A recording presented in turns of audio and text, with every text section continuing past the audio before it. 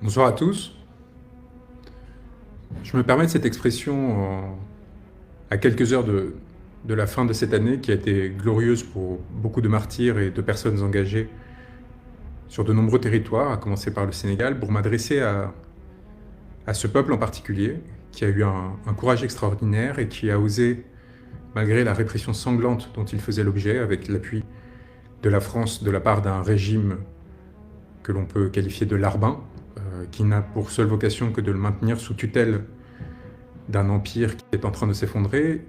Ce peuple a eu le courage de sortir dans la rue pour défendre l'un des siens, Ousmane Sonko, qui avait eu le courage de s'opposer à ce pouvoir et de tenter de porter une alternative panafricaine souverainiste qui permette justement à ce peuple de se sauver et de défendre ses intérêts alors que partout s'effondre le système dans lequel il est inséré.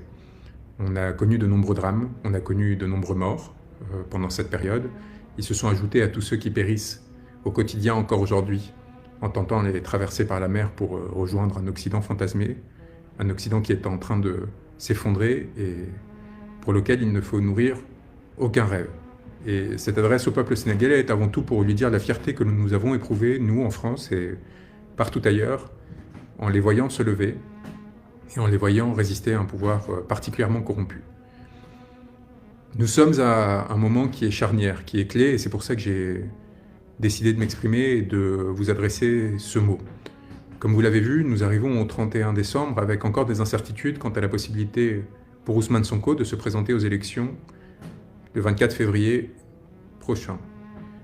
Nous avons en cela obtenu de grandes victoires, car son élimination était prévue de longue date, et en le maintenant en vie politiquement, à travers un certain nombre de procédures judiciaires, nous avons fait un travail qui, à mon sens, a été essentiel pour préserver l'hypothèse d'un pays démocratique et capable de se souverainiser.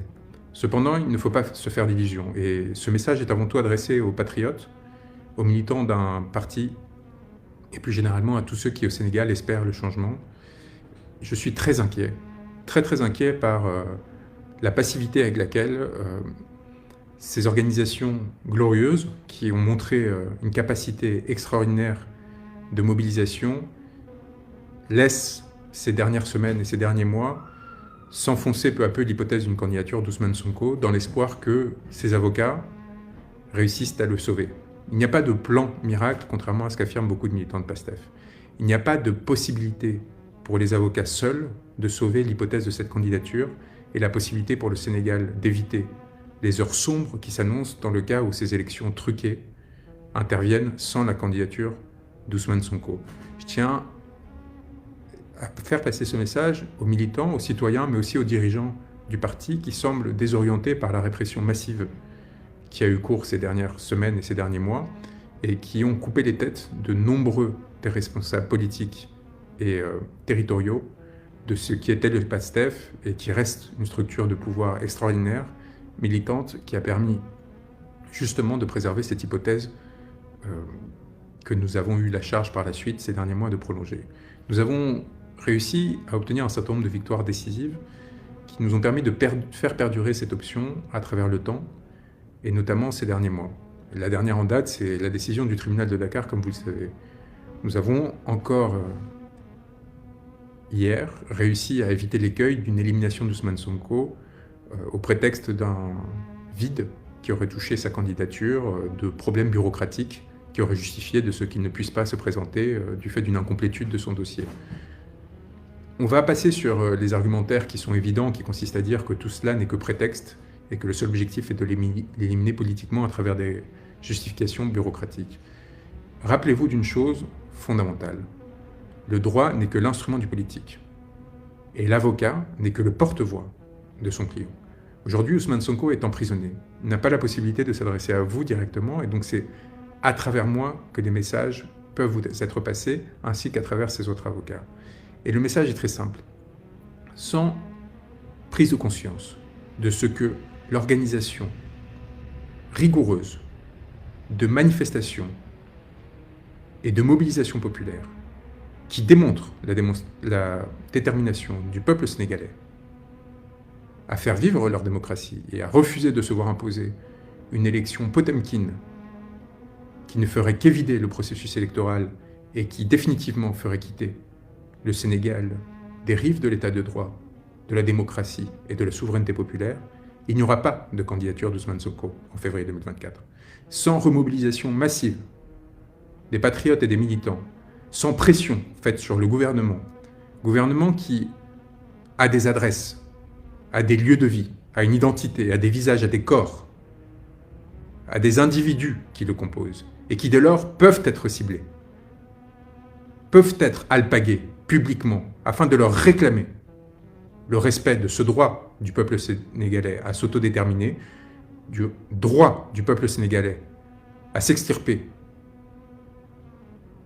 de l'emprise néocoloniale et des décisions qui sont prises à Paris pour s'assurer que ces ressources continuent d'être pillées,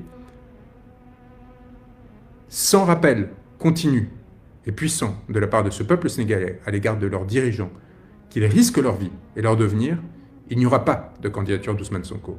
Le travail que j'ai fait en tant qu'avocat ces derniers mois, qui a permis d'éloigner les nervis des rues de Dakar et des principales villes du pays, qui a permis de mettre fin à l'orgie de violence à laquelle se destinait ce pouvoir, doit être complété par une détermination, une mobilisation citoyenne qui doit aller au-delà de tous les prétextes juridiques qui pourraient leur être opposés.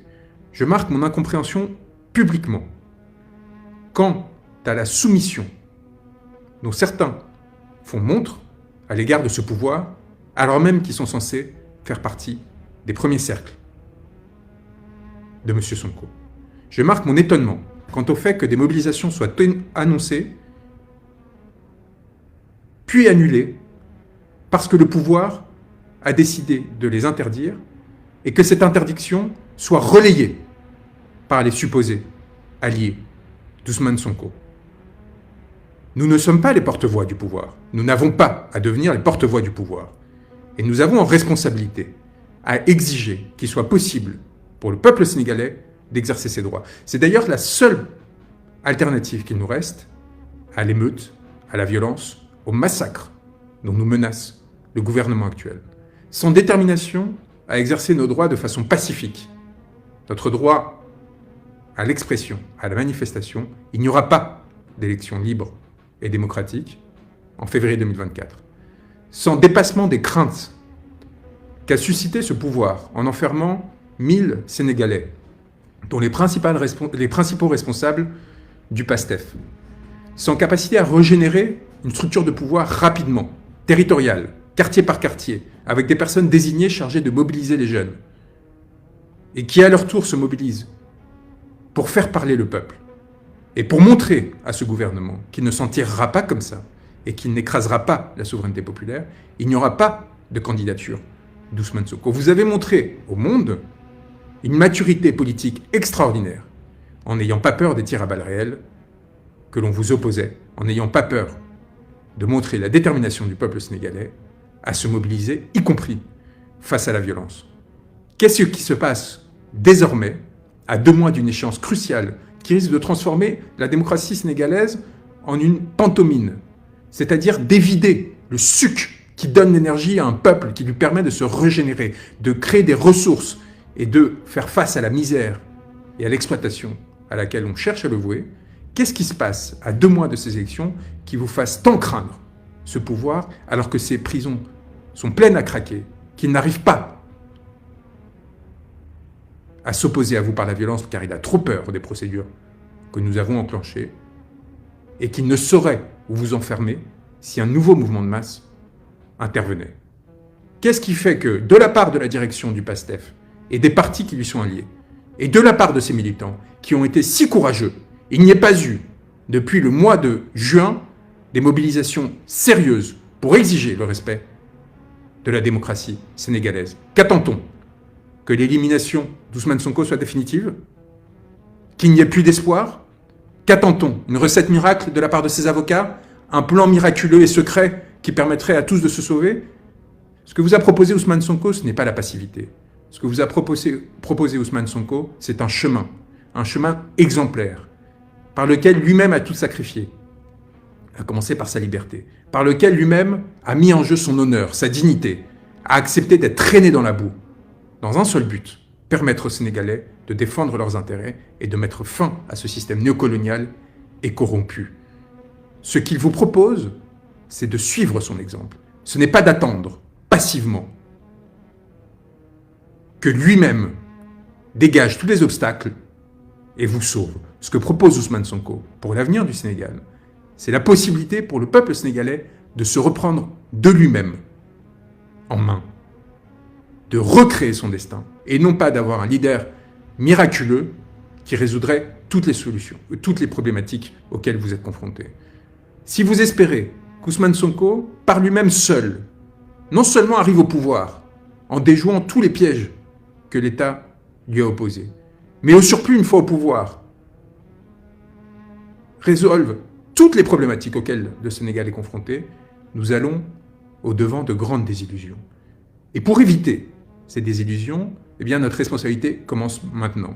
J'ai pris d'immenses risques et mis en jeu beaucoup de mon être, de ma réputation, mais aussi de mon intégrité physique et psychique pour m'allier à vous et pour mener ce combat. Pourquoi ? Parce que vous m'avez montré la voie, parce que vous m'avez montré ce qu'était le courage politique. Ce message, encore une fois, ne s'adresse pas tant aux militants qui attendent qu'on leur donne une marche à suivre, qu'à leurs dirigeants, ces individus qui ont pris tant de risques aux côtés d'Ousmane Sonko depuis des mois et qui désormais semblent désorientés. Il faut qu'ils réagissent, il faut qu'ils comprennent que le destin du peuple est entre leurs mains et que c'est désormais avec détermination et sans crainte des conséquences qu'ils doivent avancer. Car autrement, ce serait trahir ceux qui jusqu'ici se sont engagés. Car autrement, ce serait trahir les 1000 de leurs frères et sœurs qui sont en détention en attendant leur mobilisation pour être libérés. Les avocats, les intellectuels, les hommes de robe ne peuvent rien sans cet appui et sans cette détermination, sans une pression suffisante sur les institutions pour leur exiger qu'ils respectent le droit. Nous ne sommes pas des magiciens. Et s'il est vrai que j'ai promis un holocauste judiciaire à tous ceux qui trahiraient et qui penseraient qu'à travers l'impunité qui leur semble offerte par le régime actuel, ils pourraient se retrouver demain protégés, et s'il est vrai que nous avons des instruments puissants en Europe, au sein de procédures judiciaires qu'ils ne sauront éviter pour aller poursuivre jusqu'à leur dernier souffle ceux qui trahiront, non seulement en ordonnant des violences, mais également en violant les droits souverains du peuple sénégalais et l'édifice réglementaire, législatif et constitutionnel de ce peuple, ces menaces ne permettront qu'une chose: s'assurer que demain, il n'y ait pas d'impunité. Mais pour éviter que ces aides se perpétuent au pouvoir et que le destin des Sénégalais soit une nouvelle fois volé, nous ne suffirons pas, ni moi, ni mes confrères. Le 4 janvier prochain, une procédure instrumentale lancée par un ministre, Mamba Nyang, sera audiencée en urgence, et nous savons tous parfaitement pourquoi, à la Cour suprême. L'objectif sera de confirmer la peine qui a été imposée à Ousmane Sonko pour légitimer son élimination judiciaire et politique. La France a donné son blanc-seing à cette procédure. Acceptez-vous que la France, une nouvelle fois, vous trahisse et vous vole votre destin? Le 5 janvier, la candidature d'Ousmane Sonko sera étudiée, ou plutôt rejetée d'office, par le Conseil constitutionnel, avant même que la commission de contrôle des parrainages ait pu se prononcer. Accepterez-vous que quelques bureaucrates avignés, qu'un président du Conseil constitutionnel nommé pour détruire, il y a un an, la démocratie sénégalaise, vous vole votre droit à choisir? Accepterez-vous d'être réduit à devoir choisir un candidat B ou C lors des élections du 24 février 2024, avec en conséquence le risque que celui-ci, faute d'instructions suffisamment claires, recueille le nombre de voix suffisant qui aurait dû aller entre les mains d'Ousmane Sonko. Accepterez-vous encore longtemps que votre candidat, celui en qui vous avez placé vos espérances, demeure enfermé alors qu'il devrait faire campagne? Nous avons héroïquement, à la mesure de nos moyens faibles, face à un appareil de pouvoir extraordinaire, avec le soutien de l'ancienne puissance coloniale, la France, réussi à résister. Nous avons, ce 31 janvier 2023, de façon miraculeuse, réussi à maintenir sous perfusion l'hypothèse de la candidature d'Ousmane Sonko. Il vous appartient maintenant, désormais, de la faire vivre, de la sortir de ses urgences et de lui permettre de se déployer. La force de ce pouvoir est chancelante. Sa capacité à se faire obéir par des forces de l'ordre, qui voient parfaitement que c'est la volonté du peuple qui est aujourd'hui écrasée, est infime, et elle pourra à tout moment basculer. Il vous appartient de produire cette bascule en vous montrant digne et courageux, comme vous l'avez toujours été. Je suis venu à vous impressionné par ce courage et cette dignité. Je ne suis pas venu à vous par adhésion à un homme ou à ses idées. Je suis venu à vous car j'ai vu un peuple se lever et que j'ai vu là un exemple qui à tant d'autres pourrait donner de l'espoir. Et c'est pour cela que j'ai pris le risque d'être arrêté et enfermé pour une durée qui aurait pu être indéterminée. Et c'est pour cela que j'ai dévoué ces derniers mois à vous accompagner. Je vous en prie, faites perdurer cet espoir, car de nombreux autres peuples, alors, se souviendront du peuple sénégalais, qui alors marquera l'histoire.